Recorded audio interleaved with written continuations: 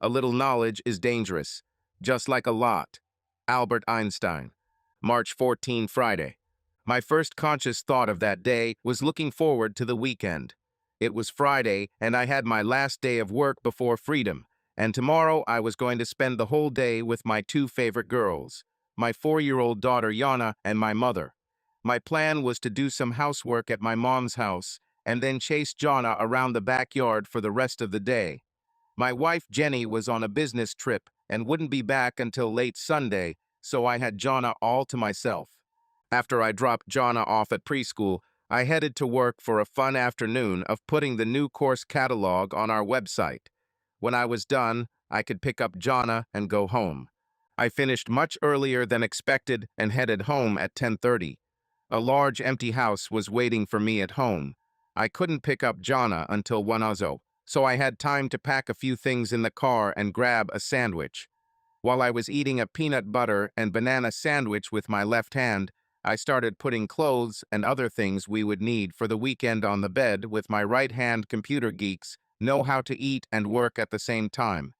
The shampoo bottle I had thrown on the pile rolled off and landed on the floor on Jenny's side. I used my best telekinetic powers to try and get her to come back, but as usual, I couldn't, so I had to go over and grab her by hand. I didn't see her right away, which means she must have rolled somewhere. I knelt down and felt her under the bed. Not finding it there, I reached under the nightstand. I returned with a bottle of shampoo and a book.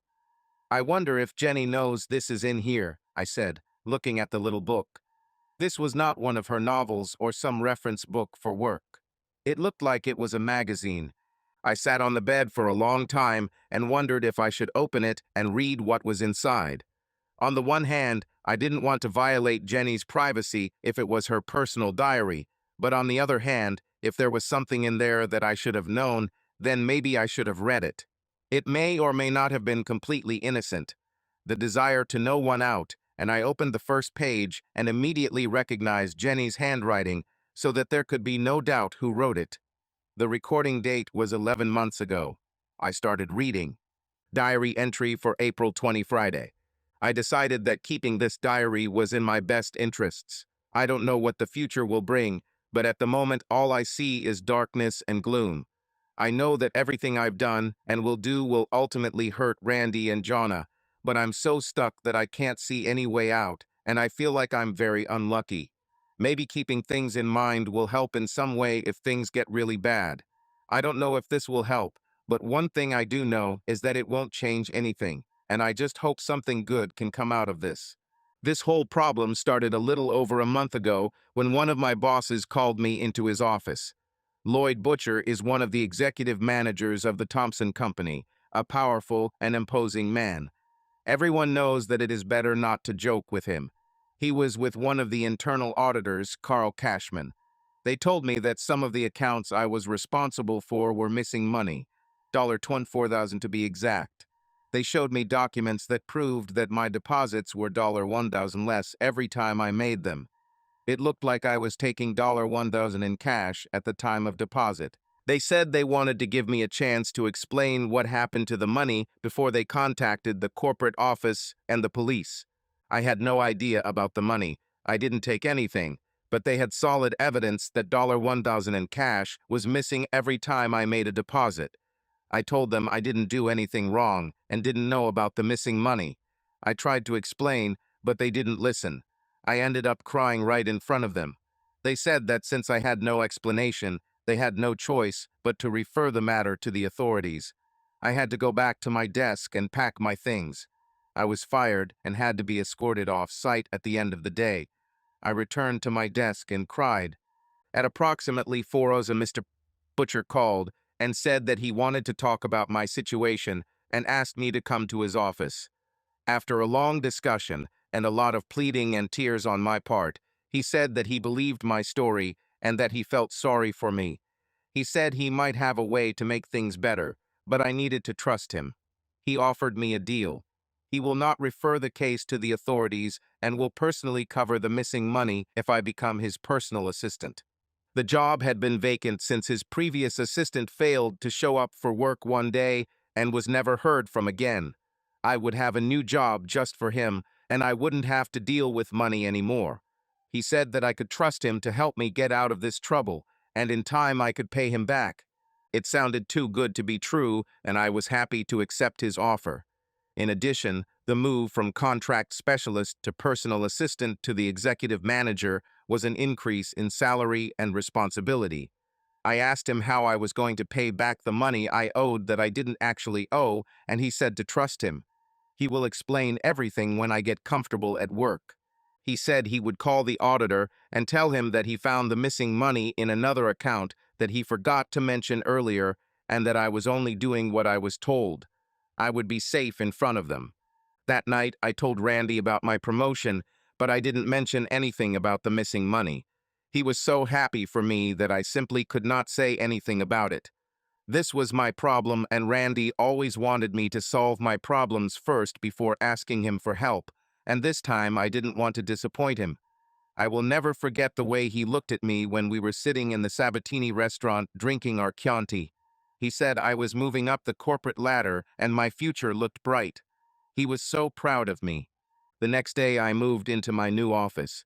It was a small outside office with a door leading to a small living room in the back that had a full bathroom, a closet, and a small couch. There was also another door that connected to another living room at the back of Mr. Butcher's office. His living room was set up the same way, but he had a larger sofa and a small, fully stocked bar. When the news that I had become Mr. Butcher's new administrative assistant spread around the office, my female colleagues looked at me from under their brows, and the men smiled. I didn't know what it meant, and it seemed strange. Later that day, Mr. Butcher called me into his office, and I sat next to his desk as he told me about my responsibilities. He explained that I would have the usual assistant duties: meet company clients, type texts, manage files, make coffee, etc. He also said that I would be required to accompany him to corporate events and meetings after hours. You may even need to accompany him to meetings in other cities. He then talked about how he expected me to be dressed. He said that I was his personal and company representative and I needed to dress accordingly. I always thought I dressed nicely, but he said he thought I dressed too conservatively and he wanted something that would suit his assistant better. He said that I should wear short skirts. He also said that I shouldn't wear pantyhose. I could wear stockings or walk around with bare legs. I shouldn't have worn a bra. I had to wear my hair down and flowing over my shoulders. I sat in complete amazement. When I started to say something, he raised his hand and stopped me before I could say a word. He said that I should change the way I dress because I am a beautiful woman, and he wants me to show off my beauty rather than hide it. It will be helpful to have a beautiful woman nearby when clients and other managers meet him. He also reminded me about the missing money and said that I must start dressing the way he wants starting the next day, or he will terminate our agreement. He said I could trust him, and he wouldn't do anything to hurt me or embarrass me. He said he knew what he was doing. I was in a daze and couldn't think clearly. I didn't know what to say. All I could do was sit silently and look down at my hands. He pushed an envelope towards me and told me to take the afternoon off and go shopping for new clothes, something like how he described that would enhance my beauty. He said that if I was worried about what my husband would think, I could leave my new clothes at work and change into them in the morning, and then back into my regular clothes in the evening before returning home. But at work or with him at corporate events, I had to dress the way he wanted. I took the envelope and returned to my office, thinking about it. On the one hand, he assured me that he would not do anything to hurt me or embarrass me, but on the other hand, I could get a lot of looks and strange comments from people in the office. I'm stuck because of missing money. The more I thought about it, the more I thought it might be exciting if people looked at me and thought I was beautiful. I've always been more of a mouse, and maybe I deserve to feel sexy for once. That afternoon, I went shopping and left everything in the trunk of my car. The next day, I showed up to work in my usual business suit, but changed into one of my bathroom purchases. It was a simple, sheer white blouse and a short black skirt, and I do mean short, with the hem just above halfway up my thigh.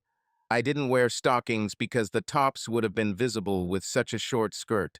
It felt weird not having a bra. After that, I just stayed in my office and did my job. Around lunchtime, Mr. Purring's butcher called me at the office and told me to come to him through our connecting living rooms. When I walked into his office, I saw him leaning on the front of his desk. Walking up to him, he told me that I looked great, but he needed to make sure I followed his clothing instructions. He asked if I was wearing a bra and I said no. He said he had to check and told me to unbutton my blouse. I just stood there looking at him. After a few seconds, his expression changed, and he looked at me sternly, saying in a tone that had little tolerance that I had to show, or else. I was ashamed, but I unbuttoned my blouse and stood there. It wasn't open enough to show my breasts, but enough to show that I wasn't wearing a bra. He said, "Okay." He then said he wanted to make sure I wasn't wearing pantyhose, so he told me to lift my skirt and show him. Again, I hesitated, and again he looked at me sternly, so I reluctantly lowered my hand and lifted my skirt. "Wonderful," was all he said. When he turned and went to sit at his desk, he just sat and smiled, looking at me. After a couple of minutes, he told me to get dressed and get back to work. My wardrobe check happened like this every day for the rest of the week. The next Monday after that, he said that one of my duties as his assistant was to always make him happy. I said I didn't understand what he meant, so he painted a very clear picture for me. He wanted me to have sex with him. When he called, I had to drop everything I was doing and come to him. I shouldn't have told anyone about this, especially my husband, and if I had told anyone, our agreement about the missing money would have been broken, and he would have personally made sure that Randy and Jonna suffered. He didn't say how, but I knew what he meant. I told him I couldn't do anything like that. I love my husband and would never do anything to hurt him. He said he didn't care what problems I had at home, but if I didn't do what he said, he would fire me and Randy and Jonna would pay for my decision. He gave me until the next morning to decide. I went home and reflected on my predicament. I thought about telling Randy about my problem, but decided that I had to handle this situation on my own. I also cried a lot. Randy just thought I was uneasy, so he took care of Ian and left me alone. I didn't see any alternatives, so the next day, when we were going through wardrobe check, I reluctantly said that I would do as he asked. It got worse every day. He took his time, slowly revealing to me a new part of my work. The first time I cheated on Randy, I was crushed inside because even though I didn't like it, I was afraid that somewhere deep down I liked it. When I got home that night, I just looked at Randy as he cooked dinner and wondered what kind of monster I had become. I just cheated on him. I hated what I did. I hated myself. I went to bed early and cried into my pillow. I couldn't help myself. I know I'm on my way to hell, but I can't find the exit. Over the next couple of weeks, I became increasingly comfortable having sex with him in this way, although I continued to cry afterwards, but I felt less and less guilty about what I was doing. One day, I walked into his office, and there was that internal auditor, Carl Cashman. Lloyd said he told Carl how great I was, and I had to show it. I was more than stunned. I agreed to have sex with Lloyd to save my ass from something that didn't actually happen, but I never agreed to be with anyone else. When I refused, he told Carl to leave and come back in an hour. When we were alone, he did not shout or threaten. He simply walked over to his TV, inserted the DVD, and pressed play. The screen showed him and me having sex on the couch in his living room a couple of days ago. I could clearly see my face and how much I was enjoying the process. He said he had recorded every meeting we'd had since we started, and he would send the video to my husband and my parents and distribute it to the staff if I didn't demonstrate my abilities to Carl when he returned. I had no choice, so when he came back I did it. I don't remember if I cried or felt guilty for cheating on Randy. By then I was numb. This was the beginning of Lloyd sharing me with others. Now I was officially a slut. Well, that's all that happened until today. The reason for this diary entry is to record the events that led to me becoming the Thompson Company slut. From now on, I will try to write down everything I do and who it happens to. Maybe someday I can get out of this mess using these notes. Lord, forgive me for what I did to Randy. I know what he would do if he found out. He would have divorced me and taken Yana. He'd probably want to kill Lloyd too. I'll be lucky if that's all he does, because Randy has a very strict and conservative moral code, and I've broken it in 100 ways. I hate myself for hurting him, but I couldn't avoid it. I trusted Lloyd, and he deceived me. I was being manipulated, and I was too stupid to understand where I was going.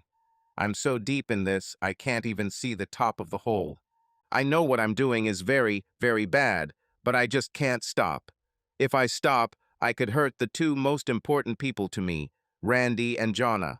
I don't care what happens to me, I just don't want them to get hurt. Please, Lord, help me and find a way to forgive me. I closed the diary and sat on the bed. Only then did I realize that my shirt was wet. Tears were still falling as I threw the journal across the room, hitting our wedding photo. My jaw was clenched, and my fists were clenched and shaking. I wanted to hit something. I wanted to scream. I wanted to kill that bastard butcher. I wanted to strangle Jenny. At the same time, I wanted to die. Somehow, without thinking about it, I got out of bed and headed to the bathroom. I returned to the bedroom and picked up the diary, straightening the picture I had knocked over. I held a photo of Jenny in her wedding dress and thought how beautiful she was. Her beautiful long black hair was styled on top of her head at the wedding, but usually it fell straight down her back. She had the cutest smile with deep dimples on either side that the word dimples didn't adequately describe. People have always compared her to Princess Diana because of her royal nose and wide-set eyes. I just thought she was the most beautiful woman I had ever met. I touched her face behind the broken glass and put the frame back. I sat down on the bed and opened the book to read more. The telephone rang. "Hello, Mr. Brooks. This is Wendy from James Street Elementary School. Yana is here in the office, waiting for you to pick her up. Kindergarten ended 30 minutes ago. We started to worry when you didn't show up.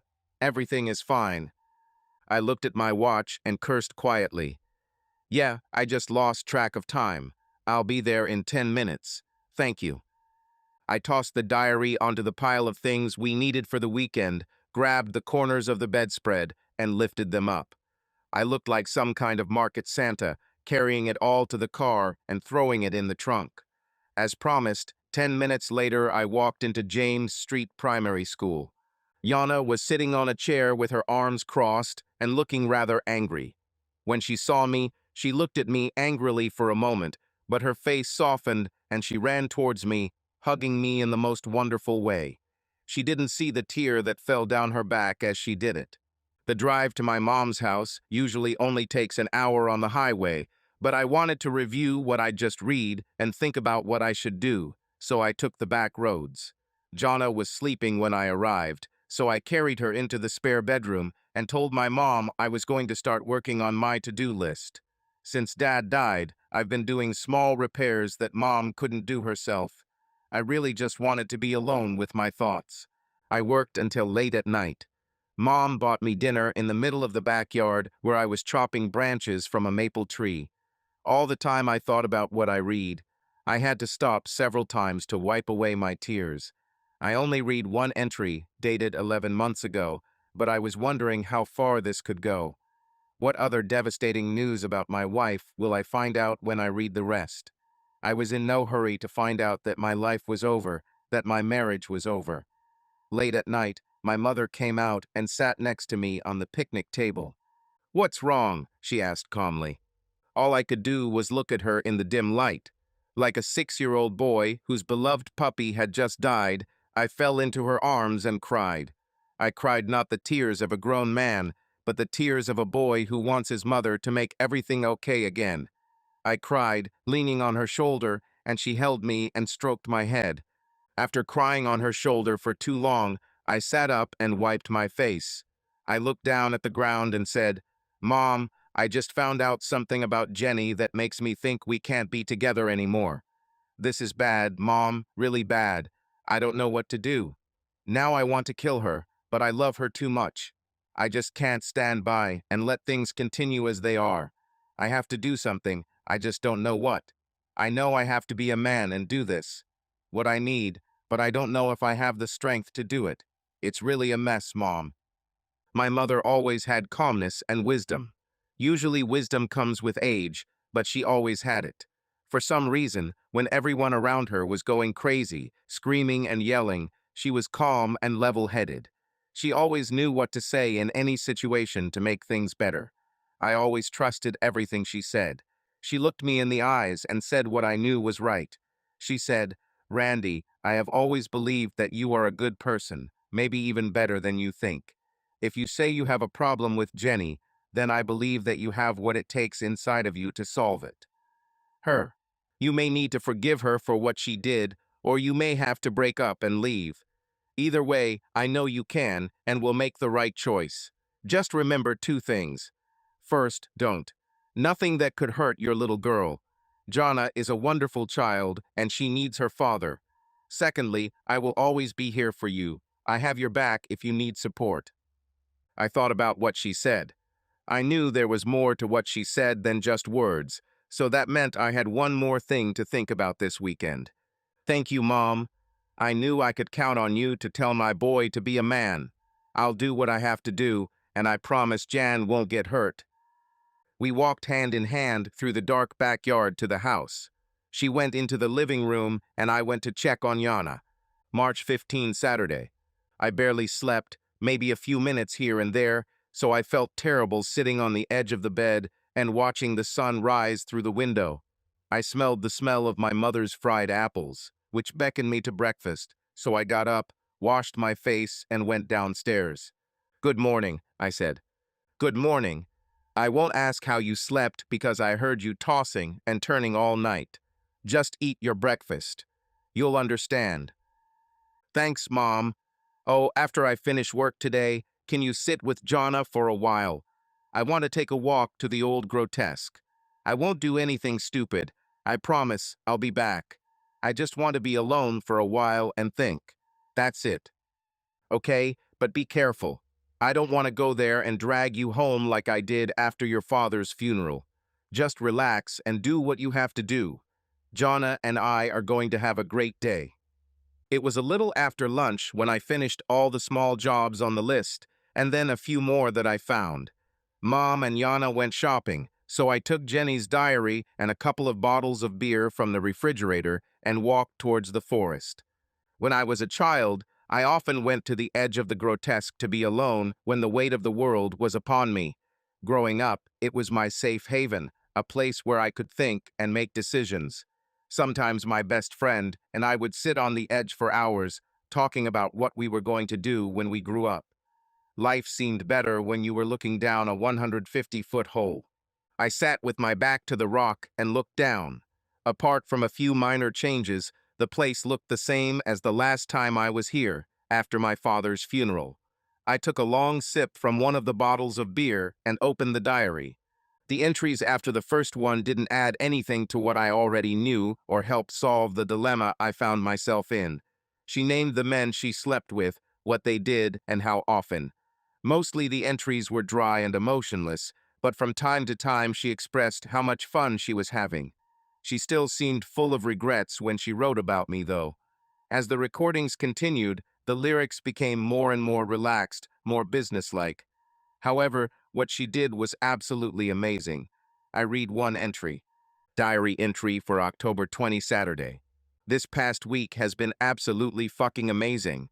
I would never have believed that I had the strength to do what I did, but I did it. Okay, let's see where to start.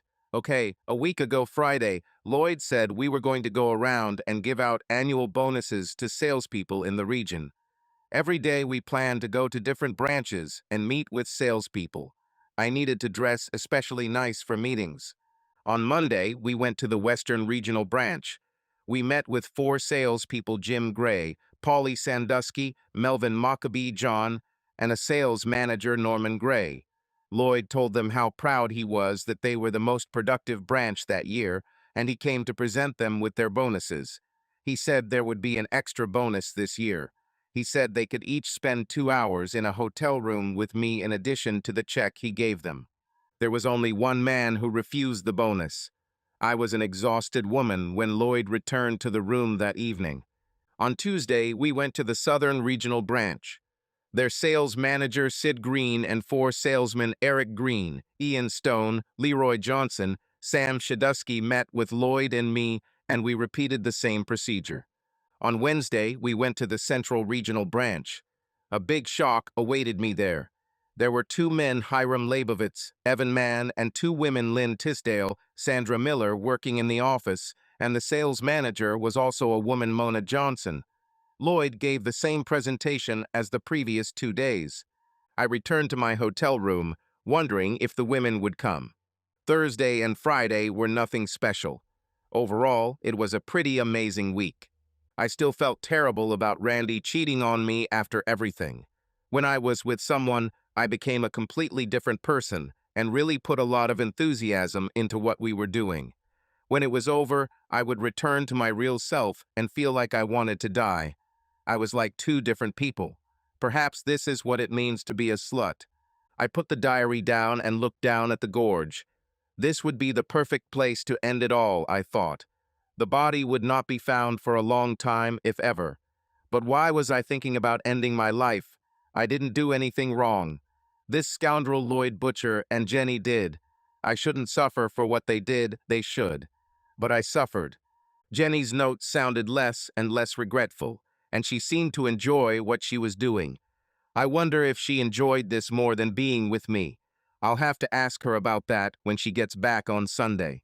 I decided that when she returned, I would confront her. If she denies something or doesn't tell me the truth, I will take Yana and move to live with my mother. Divorce is too merciful an end for her after what she did to us. Her diary told me a lot about what she was thinking, even if she didn't mean to. I could almost read her mind. I've read about split personality. However, the only personality I ever saw was the one she showed at home. I don't know if I would have liked another one. The last entry in the diary was just a week ago. She was away on business over the weekend at a company event, so you can bet she was once again the center of everyone's attention. I knew that I could not bear to learn more about her adventures. I just wanted to get out of my misery. I closed the diary and closed my eyes. My head swirled with images of each day she wrote about. At that moment, I felt very sorry for myself. I had no idea any of this was going on. How could I not notice this? How could I have missed the signs? Looking back now, I see things that perhaps should have made me suspicious, but I had no reason to doubt or not trust Jenny. But I couldn't help but trust her. Damn it, I loved her. She always told me when she was having problems, so maybe she didn't think what she was doing was a problem. We never quarreled. She always did her part of the housework. She has always been a wonderful mother to Yana. Sure, our sex life had waned a bit, but I assumed that was a byproduct of our hard work. What else have I missed? I also felt that it was partly my fault. Jenny had always been quite easily manipulated by the men in her life, but when we got married, I vowed never to take advantage of her naive nature. I didn't want to do to her what other men did. Her father dominated every aspect of her life until she left for college, and this included the way she dressed, school activities, and dating. In college, she was free to do what she wanted, but she met a guy who was just like her father, controlling. He broke her spirit by leaving her. She was very trusting and believed everyone, especially men. When they said something flattering to her, she believed it. I guess I didn't keep an eye on the men around her. I have never felt more of an idiot than at that moment. Someone said that everything is clear in hindsight. Hindsight sucks. March 16, Sunday. Mom walked us to the car when we left. Randy, please call and let me know what's going on and don't do anything to get you in trouble. I know you will find a solution. I love Jenny as much as you do, but if half of what you said last night is true, then she has changed and is no longer the same Jenny you married. I trust your judgment. Remember that you have to take care of Ian. I'll call Mom. Jonna and I got home in the afternoon and spent the rest of the day playing in the backyard. She was absolutely exhausted by the time I put her to bed for the night. I grabbed a couple of beers and went into the living room to wait for my wife to get home from work. At 9 o'clock in the evening, the front door opened and Jenny came in carrying her suitcase. "Hi, honey," she said, setting her bag down. "How was your weekend?" Has our baby behaved well? I looked at her through my beer and said, my weekend probably wasn't as good as yours. I was only entertained by one person. You probably had dozens. She looked at me as if I had just grown a second head. What kind of nonsense is this? I worked all weekend. I was tired, and the flight was terrible. Now I come home and you're acting strange. What the hell is going on? I took the diary out from under the chair and threw it across the room like a frisbee. It nearly hit her in the head, flying past her and breaking the glass on the china cabinet. She stood there with her mouth open, looking at me as if I had just grown a third head. I didn't move. She turned and walked towards the china cabinet. When she saw what had destroyed the glass front and the wine glasses from our wedding, she froze. She didn't move for a long time. Finally, she pulled the diary out of the pile of broken glass and walked to the door. I stood up and looked out the kitchen window to see her sitting on the little swing, clutching the diary to her chest and sobbing. I wasn't in the mood to interfere, so I went back to the living room and started drinking my second beer. I finished the second bottle and started the third when I heard the back door open. Jenny came in and sat across from me, placing her diary on the coffee table. I didn't know and didn't want to know if she was done crying, but her face was red and swollen and her mascara was running down her cheeks. Her usually neat hair was in disarray. Her lower lip trembled and she was still breathing heavily. She looked at the book and said in a rough voice, "Now you know everything. What are you going to do?" I stared at her and said, "I haven't decided yet. But whatever I decide to do, it will be big, epic, one might say." "Are you going to divorce me?" she asked quietly. "Like I said, I haven't decided yet." She looked up, caught my eye, and said, "I'm almost glad you know. I never wanted to go this deep. I never wanted to hurt you, to hurt us, but I did. I know what I did. I know who I am, and I have no excuses. I never wanted to start. I just want this to end. I want to return to the normal life of a working mother. I'm tired of everything, of sex, of lies, of all the people controlling my life. I want to be with you and Yana, but I'm afraid that I ruined everything. You will never know how sorry I am for what I did, who I became. Randy, talk to me. Please say something. I read your diary, everything, and I have a couple of questions. First of all, was this just another weekend for your diary?" She lowered her head and said, "Yes." I was pretty sure, but I had to ask. I don't want to know the details, but I really want to know something very important. Did you do it voluntarily, and did you enjoy it? This weekend had been planned for a management retreat long before. I needed to be there. I'm part of the team. Yes, the part that spends all the time on its back. What a team member. She didn't answer this, just looked at the table. I watched her sitting there and said, "You didn't answer my question. Did you like it? Did you do it because you wanted to? From what I've read, it sounds like you really got into it and enjoyed it. This is true." "No, I didn't enjoy it any more than I did with you, just in a different way. Randy, I love you. I never wanted to hurt you. I admit that I like attention and sex, but this is different than that. What do you and I have? You and I make love. Everyone else. Well, damn, no matter what I say or how I say it, I sound like a cheater. I'm a cheater. I can't deny it. I enjoy it when I'm with someone. I still do it because I have to, but I never enjoyed lying to you. That's what I said. What did you want to hear?"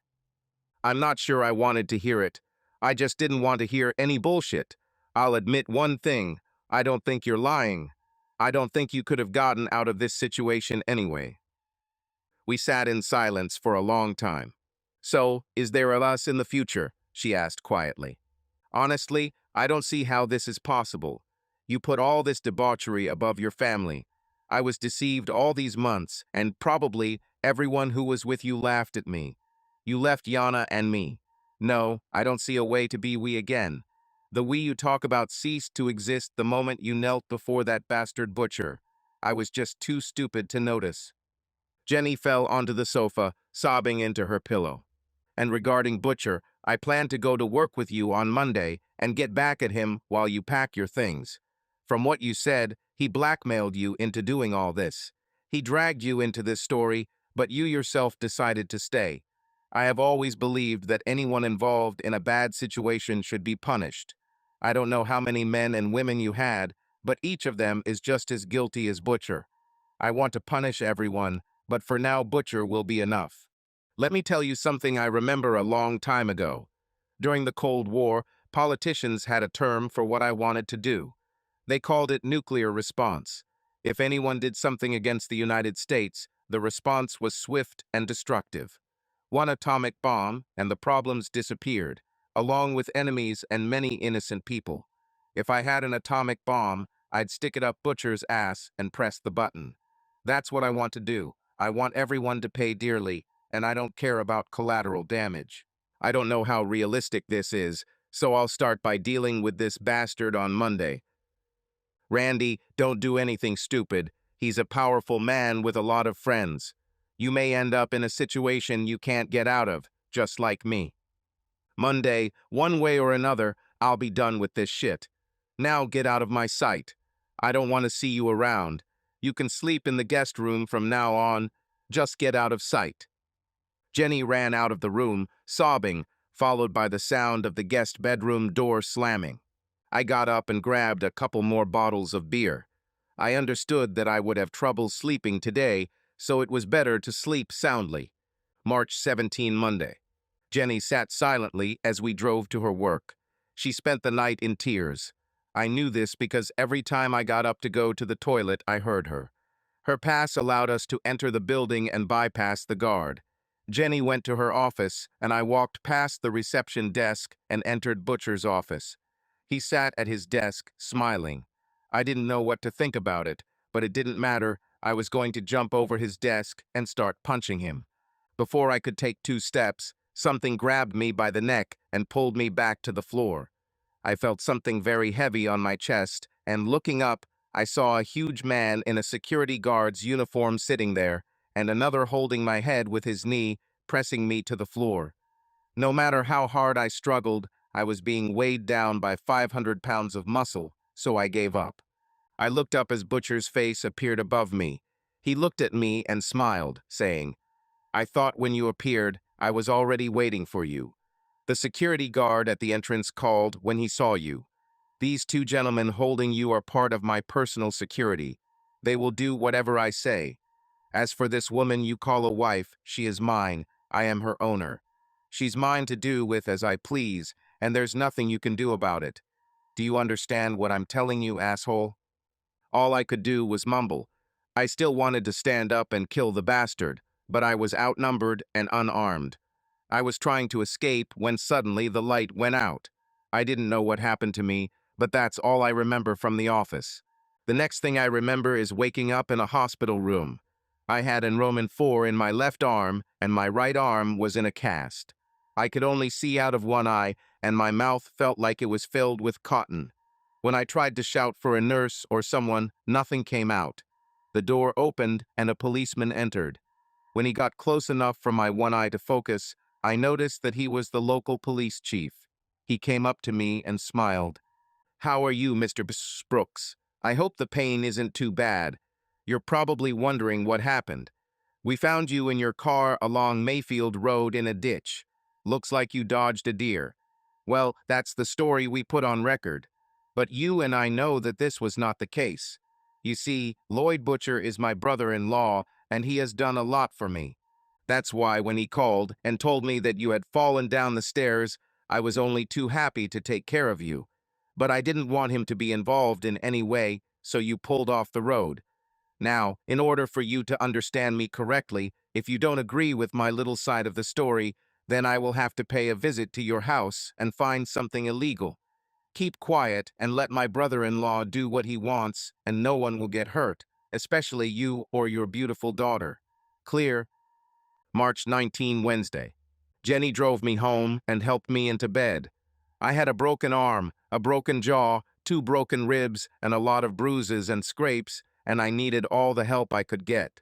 I just didn't want it to be her. She came to take me home without a word about where she had been for the last 2 days. I didn't ask either, and I didn't care. I didn't say a word, and she didn't say anything either. She just looked sad. I couldn't speak, and I couldn't eat. I just lay there listening to my mother's voice in my head, telling me not to do anything stupid. I did and looked where it got me. Jenny avoided me when she was at home, and little Yana helped when I asked for something to drink. March 22, Saturday. I was able to move independently and moved into the living room. At about 6 o'clock in the evening, the front door opened and Jenny walked in. Immediately behind her came the same two guards who had danced above me, and then Butcher. Butcher handed me a small gift bag and placed it next to the chair I was sitting on. It's just a little gift for recovery. I don't want my beloved employee to feel like we're ignoring him. These are DVDs for you to watch while you're bedridden. I know you'll enjoy watching them almost as much as we enjoyed filming them. Jenny just looked at the floor as he stood over me, triumphant. Jenny, honey, could you come into the kitchen and get me something to drink? And stay there until I call you. Oh, don't worry, we'll just talk. Now go.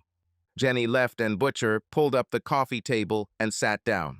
Okay, Randy, you don't mind if I call you Randy, right? Well, here's what happens next. Jenny will continue to work for me. She will do what she did before, but now that you know, I can expand her responsibilities. Now she can work evenings and weekends. If I call and tell her to go somewhere, she will go. If I tell her to work on the weekend, she will work on the weekend. If she has to go on a business trip, then she will go. If you cause any trouble, then, well, you know what happened before. It could happen again. This could happen to someone else. Just be quiet, live your life, and don't make waves. I get very angry when someone makes waves. You don't want me to get angry, do you? I didn't say a word. I just stared at him with all the hatred I could muster. Okay, we understand each other. Now, is there anything you want to tell me before we go? The bandages around my jaw joint made it difficult for me to speak easily, but I managed. Yes, I have. I want to quote a phrase that is appropriate here. I must not only punish, but punish with impunity. The wrong is not redressed when retribution overtakes the one who makes amends. It is also not redeemed when the avenger does not make himself felt as such before the one who committed the offense. Butcher and his goons just stood there, looking at me like I was a monster from outer space. Then he smiled and said, "Ah, the little worm is also a bookworm. Just say what you want to say in normal English." What I'm saying, asshole, is that one day I'll get you. I'll get you all. I will make you all pay for what you did to Jenny and what you put me through. So if I were you, I'd be constantly looking over my shoulder. Mark my words, I will punish you all, and it will be very painful, and there will be a lot of collateral damage. Mark my words. How are you going to do this? A coward like you can't even protect his own wife, let alone take revenge on hundreds of people. You're just chatting.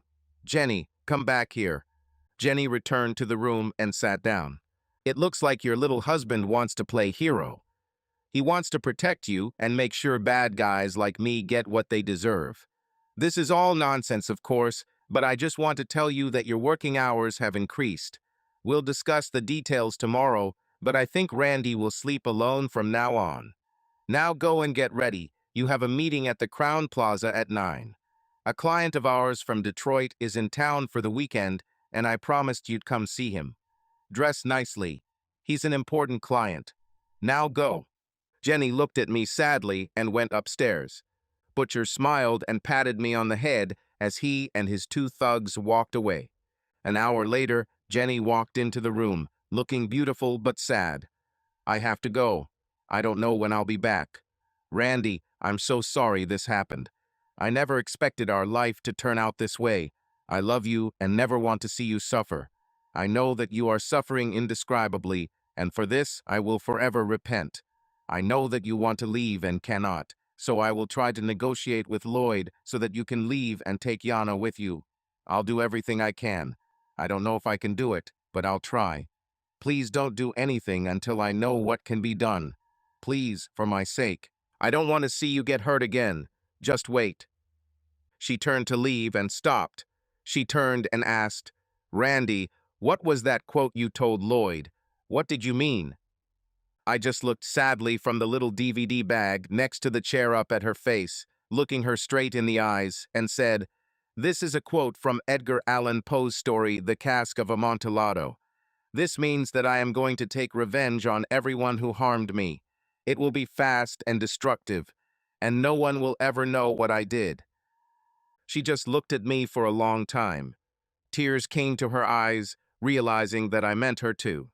"I want you to know that I still love you," she said. "I hope that when this is all over, we can try to get back to normal life as husband and wife. I know recovery will be difficult, but I want you and me to be us again. I believe we can, at least I hope." She hung her head as she turned and walked away. She did not return home that night, and for many nights after that night, she did not return home. March 25, Tuesday. The small DVD bag butcher had brought me was still lying next to the chair. I wasn't interested in what it looked like in action. I already knew from her diary what she was doing. I didn't need to see it. She told me that she did it against her will. She told me that she loved what she did. She told me she was sorry for hurting me. She asked me not to do anything and just wait until she sorted it out. She cheated. She lied. She hurt me. But I didn't care anymore. I stopped caring. I just wanted her to suffer the same way I did. I just wanted everyone involved to pay. I wanted revenge. I couldn't think of anything else but revenge. It was impossible to go back to the way things were.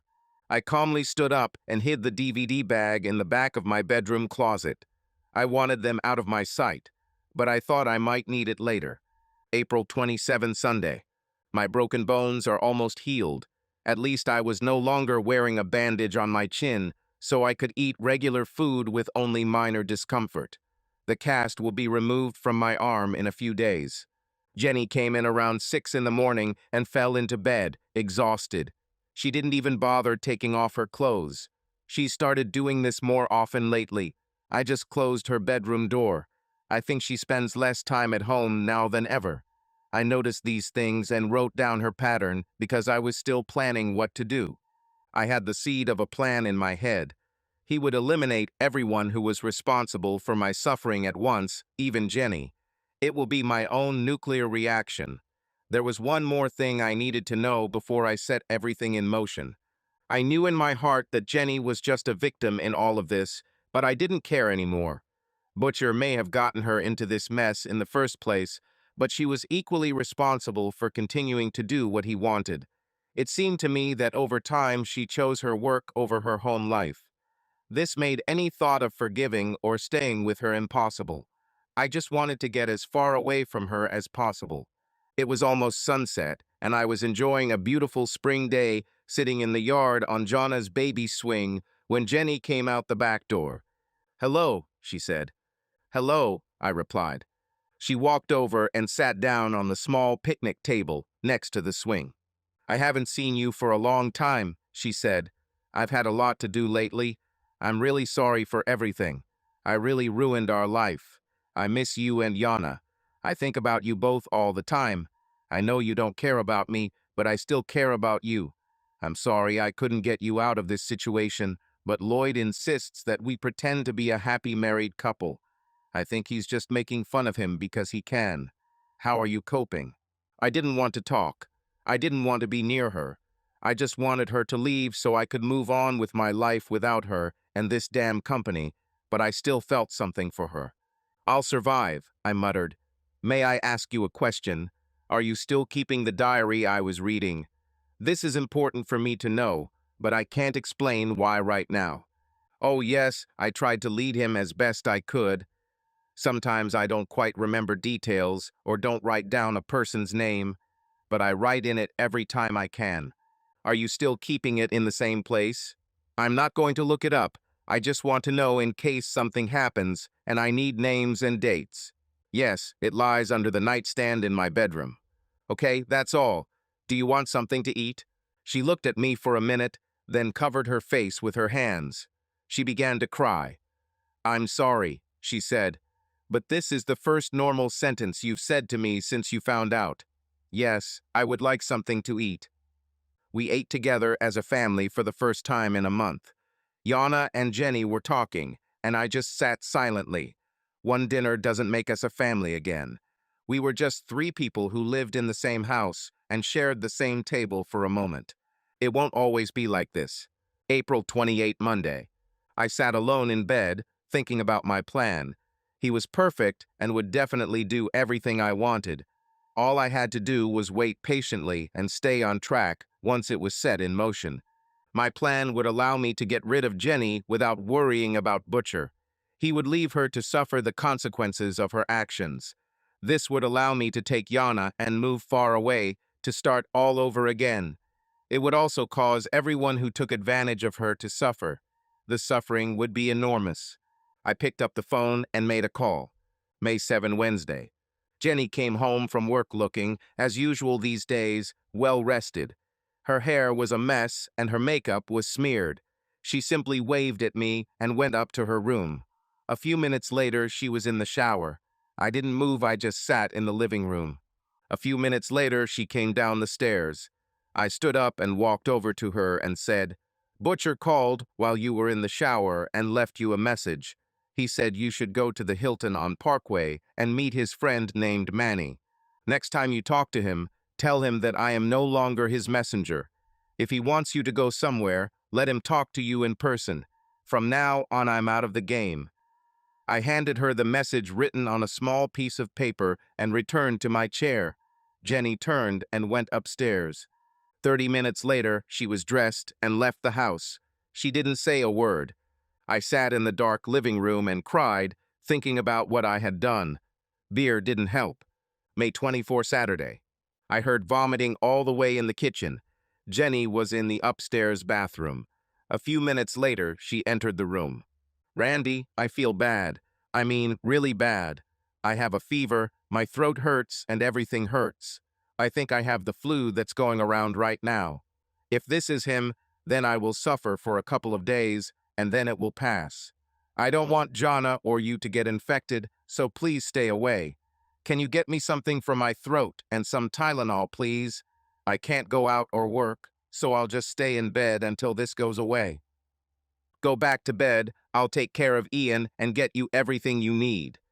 She went upstairs, and I took Yana for ice cream and went to the pharmacy. May 30, Friday. I got up to take Jana to school and go to work as usual, only to find that Jenny had already left. This was the first time she had left the house since last weekend. Apparently her flu had passed, or she wouldn't have gone to work. But maybe Butcher called and reminded her that she wasn't making everyone happy in the office and she just had to work, despite her condition. Regardless, I must continue to do what I must and act like a devoted husband. I didn't want to end up in the hospital again, or worse. December 25, Thursday. Summer and autumn have passed. Jenny worked more than ever, sometimes leaving home for days at a time. She looked more exhausted every time I saw her. We rarely spoke to each other. When she could, Jenny would take our little girl to the park or shopping, anywhere they could be together. She always came back with a smile. We had a very quiet Christmas. Yana didn't notice the difference because Santa brought her the Barbie doll she wanted, and Barbie's house, and Barbie's Corvette, and Ken's. Jana was in Barbie heaven. I told Jenny I didn't want any gifts from her, but she still gave me an expensive gold pen and pencil. I didn't give her anything. After lunch, Yana and I went to my mom's for dinner. Jenny was no longer welcome in her home, so she stayed home. Mom knew everything that was happening, and now she refused to even talk to Jenny. I think if Mom could, she would strangle her. We had a wonderful dinner, and Mom gave Jana her Barbie best friend, Skipper. February 13, Friday. I was working at my desk, completing the incredibly boring task of updating the course catalog on the company website, when someone knocked on my office door. I looked up and saw a man I had never seen before. "Mr. Brooks? Mr. Randolph Brooks?" he asked. "Yes, I'm Randy. How can I help?" "I'm Detective Archer of the State Police. Your wife, Jennifer Brooks. So what happened?" "Sir, I'm sorry to tell you, but your wife has been killed. We don't know all the details yet, but I can tell you what we know on the way to the hospital. You need to come with me now." I just sat and looked at him. I'm sure I looked like an idiot, but I didn't know what to do or what to say. I tried to get up, but I couldn't. I reached for the phone, but didn't know how to use it. The detective put his hand on my hand on the useless phone. Sir, I'm sorry for your loss, but you need to come with me. Can I call someone for you or inform someone here? Yeah, I need to tell my boss. I need to call someone to pick up my daughter from school. Oh, damn, I can't. Somehow, between the two of us, we informed my boss about my problem and found a neighbor to pick up Jonna. The detective walked me to his car and drove me to the hospital. Along the way, he told me what he knew. Mr. Brooks, I'm sure this will be hard to hear, but it appears your wife was murdered by her boss while she sat at her desk. Witnesses say he attacked her from behind with a heavy object. We don't yet know the motive, but the building has been sealed off and detectives are trying to figure out the details. Do you have any information that could help our investigation? I just silently looked at the buildings passing by, thinking about how I would tell Yana. I had to fill out a bunch of paperwork. I noticed that I used the pen she gave me for Christmas to sign documents. After completing all the formalities, I threw the pen in the trash and just sat in the reception area, looking at the TV. The detective drove me back to work, where I picked up my car and drove home. On the way, I picked up Yana. I made her dinner and put her to bed before calling my mom and telling her about Jenny. I sat in the living room with a beer and stared into space. I didn't feel anything. February 16, Monday. I took the day off to arrange for Jenny's cremation. Mom came with me because I wasn't sure I could do it myself. Mom moved in with me on Saturday and took care of Jan and me. She said she would stay until things returned to normal. I really never wanted Jenny to die. I only planned to leave her so that she would suffer in public the same way I suffered in secret. I will have to live with her death on my conscience for the rest of my days. When I got home, I just lay in bed and went to sleep. For the first time since I found out, I slept peacefully. I didn't dream. February 18, Wednesday.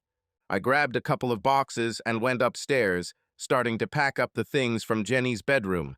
About halfway through, I found Jenny's diary again. I quickly flipped through it to see if there was any information about my knowledge of her affairs or how Butcher made us live like a normal couple. There was nothing of the kind, only records of her debauchery. I took Detective Archer's business card out of my pocket and picked up the phone. Archer is on the line. The voice on the other end of the line said firmly, "Hello, Detective Archer. This is Randy Brooks. I just found something that may be important to the investigation into Jenny's death. This is her diary. I read some of it, but I can't describe what I read. You have to see it to believe it. I was just about to call you, Mr. Brooks. We've had some significant developments in the investigation, and I need to talk to you. Can I come to your house this afternoon, say at 2 o'clock? Okay, I'll be home." I opened the door at 2:15. "Hello, Detective Archer. This is my mother, Marie Brooks. Thank you for coming. Let's go into the living room." Mom intervened and asked, "Would you like something to drink?" "Just water, please, ma'am." I was a little nervous about what the detective might say. I mostly knew what he was going to say, but hearing it was not the same as thinking it. Mom brought us each a bottle of water and placed a plate of her oatmeal cookies on the coffee table. Mom's cookies were impossible to refuse. Archer began, "Mr. Brooks, I have a few things you need to know. Some of them you won't like, but you need to know. First of all, there was a serious development regarding Mr. Butcher. Last Monday, a judge set his bail at $1 million during his preliminary hearing. Mr. Butcher's wife posted bail that night. He is dead. The reason why she killed him is directly related to the next part I have to tell you about." He paused, as if trying to organize his thoughts. "Sir, did you know that your wife was HIV positive? Her autopsy results were positive." I said, "Oh God, no, I didn't know." "Well, it is, and now the state health department is involved. They will want you and your daughter to be tested. Don't feel bad about my next question, but I have to ask it. When was the last time you were intimate with your wife?" I thought for a while before answering. I knew that my mother understood what I was going to say, so I had to tell the truth, at least part of the truth. It was a long time ago. We separated last March. We lived in the same house, but slept in different rooms. We did this mainly for our little girl. Neither of us wanted to lose her, but we no longer had love for each other. We wanted to stay under the same roof for her sake. I don't know how long it would have lasted, but it's been a year since we've been together in that sense. Okay, but I think the health department will still want you to get tested. Can you tell me the reason for your separation? It's hard to talk about it, but it's all here, in the diary that I found when I was cleaning her bedroom. I also found these DVDs. I suspected that she was seeing another man, and when I confronted her, she admitted that she was. At the time, I thought she was lying to protect someone, but I still didn't know the extent of it. She seems to have met Mr. Bibis Butcher at work and many others. I've only read part of this diary, but from what I've read, she had sex with a lot of people, and she kept a diary of what she did. You can take it. I don't want him to stay in the house. What she did was terrible. Archer picked up the book and opened it to a random page. He read for a few seconds, then raised his eyebrows in surprise. I think this could really help. The health department will want a copy to trace any people she may have been connected to. Who knows, we might have a serious health problem on our hands. I'll keep you posted on what's going on. As for the murder of Mr. Beth's butcher, I'm afraid that's no longer relevant. His death ended that matter and began another involving his wife. I didn't tell you why she shot her husband. This is because she was also HIV positive. When she was arrested, she said that she got the infection from her husband. And after a quick look at your wife's diary, I wouldn't be surprised if he got it from her. However, the results of his autopsy are not yet ready, so we don't know for sure. We already have 3 known infected people, and we've only just begun. If there is anything else I can help you with or something you would like to know, please tell me. I will do everything in my power to help. Actually, there is one more question that I would like to tell you about. We found hundreds of DVDs in Butcher's office of your wife and other men and women. Between this diary and the video, we might be able to track everyone down and test them. I just looked at him. Tears began to accumulate in my eyes. Thank you, Mr. Brooks, the detective said. You helped a lot. I'll keep you posted. After the detective left, my mom said to me, Randy, you weren't being completely honest with the officer. You knew last year what she was doing, and you said there was nothing you could do about it. You should have told him. I couldn't, Mom. I already looked like a weakling husband, and I didn't want the police to think I didn't have the courage to stand up for Jenny. I ran into Butcher, Mom, and all I got was a trip to the hospital. I was afraid that if I said or did something, it would be much worse. I didn't want to risk her suffering. Jenny threatened Eddie do not. No, Mom, Jenny no, Butcher yes. He told me that if I told anyone what Jenny was doing, he would make sure Thaddy do not. It was very bad and very strong. I didn't want to risk him making good on his threat, so I kept quiet. That's why I changed the facts a little to Detective Archer just now. God, what you've been through in the last year, it must have been pure hell. I don't blame you for hating Jenny. I'm just glad you protected and did everything that could, as best I could. Mom, I did what I had to do. I hated to do it, but I did it. But in reality, this is just the beginning. Just wait and see. March 9, Monday. Detective Archer brought me a copy of the preliminary health department report when he came to tell me that the case into Jenny's death was closed. The problem turned out to be worse than anyone could have imagined. It turned out that the spread of HIV infection from Jenny could affect hundreds of people. The Department of Health called it an HIV hotspot. Local newspapers called it the Thompson epidemic.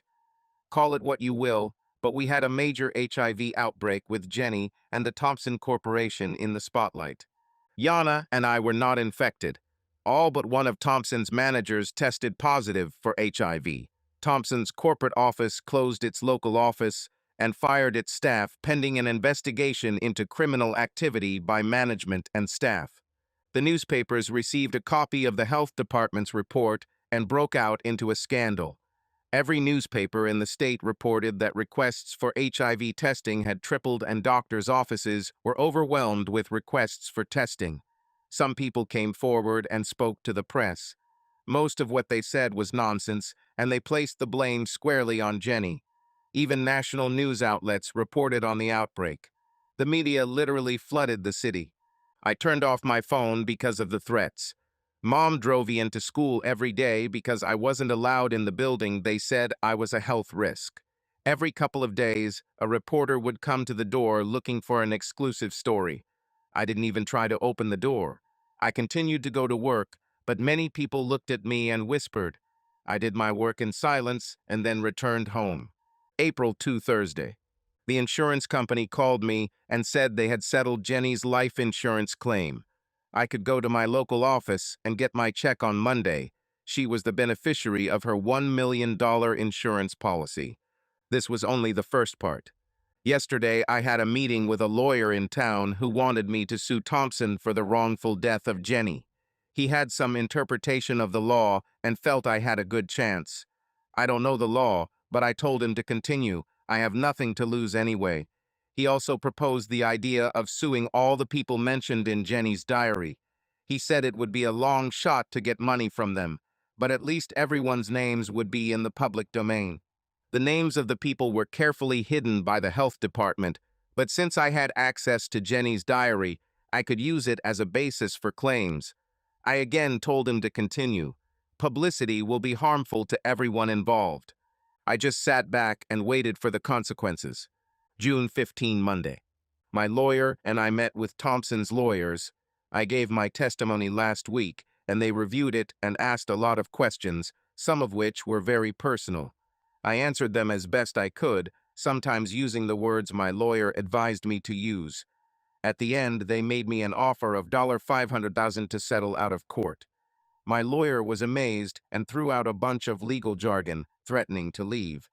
While their lawyers were discussing among themselves, my lawyer quietly told me that he knew that the original offer could be increased by 3 or 4 times, and he was waiting for their next offer. They made a counteroffer, and the lawyers haggled for over an hour. I ultimately accepted a $1.15 million settlement. My lawyer received a significant portion of this money. As we left the building, my lawyer said to me with a big smile, "This will benefit us long-term in settling all the other individual lawsuits. We should make good money in the end." I thought that the "we" he was talking about probably meant he. December 25, Friday. She and I spent Christmas at my mom's house, away from the madness. It was another quiet time for Mom and me, but I was delighted with the snow and my gifts. She seemed to have outgrown Barbie and now wanted a video game. Well, I talked to my mom about moving after we settled all the legal issues. She and I could go to a place where no one knows us and start all over again. She thought it would be a good idea if I took her with me. I just said, "I'll start looking." December 31, Thursday. Today was a turning point in my life. 2 things happened. First, we have settled the last of the individual claims. The total amount of money awarded in the judgment was approximately $14 million. Again, my lawyer took a significant portion. Secondly, I made a deal to sell my house. I very quietly sold the house, as is, to a local real estate agent for a significantly reduced amount. I just wanted to leave as quickly and quietly as possible and start over. Money really didn't matter. When I completed the deal, I told him, "You own the house now, but I have a couple things to finish. Tomorrow morning, everything from the house will be collected by a charity. Furniture, kitchen utensils, beds, everything. I don't take anything with me. There are too many bad memories. I've already sent ahead everything I want to keep. You can take whatever you want before the charity comes in the morning. The cleaning company will come in the afternoon and clean everything up. It's the least I could do. Also, someone will come to pick up my other car. I sold it too. I can't drive 2 cars at the same time to get to my new home. By this time tomorrow, we will be far from here. You can say I left town at night if you want, I don't care. In the morning, we will be far from here and from the past." January 1, Friday. I looked back to see if Jonna was sleeping in the back seat and saw that she was sleeping among a pile of toys. I glanced at the morning newspaper in the seat next to me, where on the front page there was an article about how one of the reporters had received a Pulitzer Prize nomination for a series of articles on the Thompson epidemic. At least someone benefited from this disaster, I thought. June 17, Thursday. I haven't felt anything like this in a long time. I thought Jenny had torn the ability to feel anything from my soul. But lately I've noticed that sometimes I smile because of something, usually because of something I said or did she. I think she's the only reason I made it through. God, how I love this baby. As long as she remains my little girl, perhaps one day I will be able to survive all of this. But that won't happen today. Now I'm standing at the door of the funeral home with my hands in my pockets, looking at the white front door, afraid to enter. Inside are the ashes of my oldest friend. We were born on the same day. We grew up together, played together, laughed together, and learned everything about life together. We were inseparable. We even went to the same college. Then we started to be interested in different things and went down different paths. We stayed in touch over the years, but we were never as close as when we were young. We grew up and became different people. But now he's dead, and I'm an emotional wreck and can't get in. I don't want to look like a fool in front of all these people, so I don't do anything. I just stand on the sidewalk and stare at the door, hoping the ground will crack and swallow me. As I looked at the door, it opened. Standing there smiling at me was Mrs. Pellegrino. I haven't seen her for almost 12 years. Other than a few pounds and a gray streak in her long black hair, she looked exactly as I remembered her, absolutely gorgeous. "How are you, Randy?" she asked in her clear, youthful voice. Even the sounds she made were beautiful. "Okay, Mrs. Pellegrino. For some reason, my legs just don't want to walk up the steps. I had the same problem when I came here. It's not as bad inside as you think, actually." She took the last step forward and hugged me. My best friend's mother hugged me, trying to comfort me. I mumbled something into her hair next to her ear. "Thank you. You can't know what he meant to me, how much he meant to me. I'm so sorry he's gone. I miss him very much." We stood hugging each other without saying a word. Slowly, she broke our hug and looked into my eyes. She had a questioning look on her face as she asked, "Randy, I have a question for you before we go in. I need honest answers." "Of course, ask whatever you want." Yesterday, a lawyer came to see me. He introduced himself and handed me an envelope. Inside were trust documents. Someone set up a trust in my son's name for Joshua. It's $1 million trust fund, $1 million trust. I asked him who was behind it, and he said no one knew. It was an anonymous donor. I think they know, but they can't tell me. So my question to you is, weren't you the one doing this? Weren't you the one who set up the trust in Portis' name? I looked her straight into her beautiful brown eyes and told her the best lie I could muster. "No, ma'am, I don't know anything about it." She stood there looking at me, and I knew I could never lie to her without being noticed, but I had to try. After a minute, her face turned from serious to happy, and she smiled at me with her wide, beautiful smile, whispering, "Thank you." I didn't make it clear that I knew she knew, or whatever that sounded like. I simply smiled back. She turned to the door and slipped her hand under mine, and we entered together, covering several feet that had previously seemed insurmountable. As soon as we entered, a man approached us and told Anna that everything was ready to begin. She smiled and pointed to the visitor's book as she quietly disappeared into the crowd.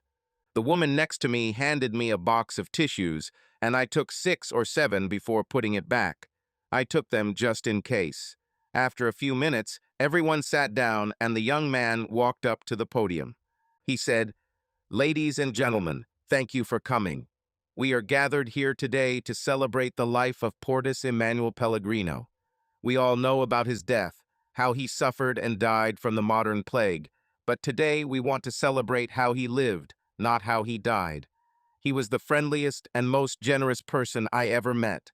He was kind, and he was so down to earth that no one knew him as Portis. They knew him as Manny. Manny would give anything he had to anyone. At that moment, I couldn't hold back. I grabbed a handful of tissues and pressed them to my face, crying. Subscribe to our channel so that your love doesn't cheat on you, and go ahead and listen to the next story, because this story is nothing compared to the next one. If you're under 18, don't even think click to the next one.